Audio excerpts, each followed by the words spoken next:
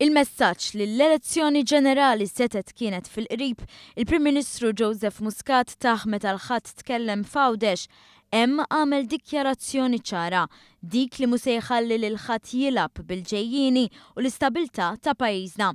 Għalhekk il-jum tal-ewwel ta' Mejju kien mistenni iktar mis-soltu.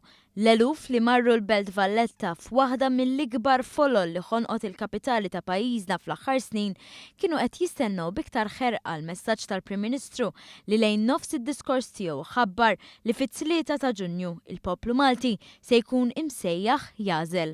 B'responsabbiltà llum ikkomunikajt mal-President tar-Repubblika.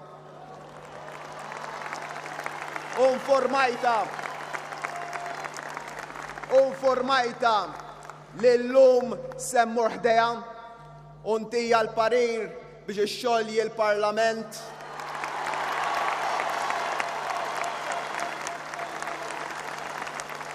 u biex tissejjaħ elezzjoni ġenerali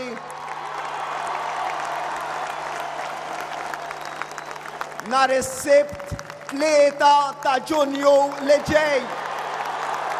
L-għażla jbejnu u l-kap tal-Oppożizzjoni għax minn fosthom irid jintgħażel il-Prim Ministru anke jekk din hi xi ħaġa li ma jridx Simon Busuttil.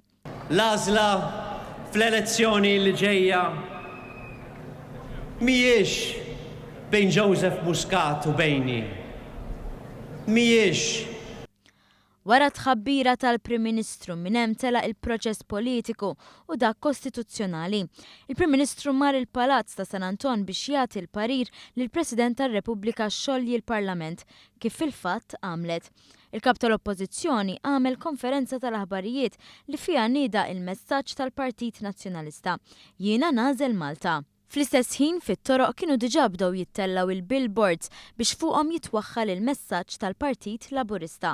Messaġġ li nadih il-Prim Ministru quddiem iċ-Ċentru Nazzjonali Laburista. B'dak li se nipproponu u nagħmlu jekk tatuna l-appoġġ tagħkom se nkunu deħlin għall-aqwa żmien ta' pajjiżna. Hekk bdiet il-kampanja elettorali li għandha twassal sa 3 ta' Ġunju. Il-jum li fih il-poplu Malti se jagħżel bejn Joseph Muscat u Simon Busuttil.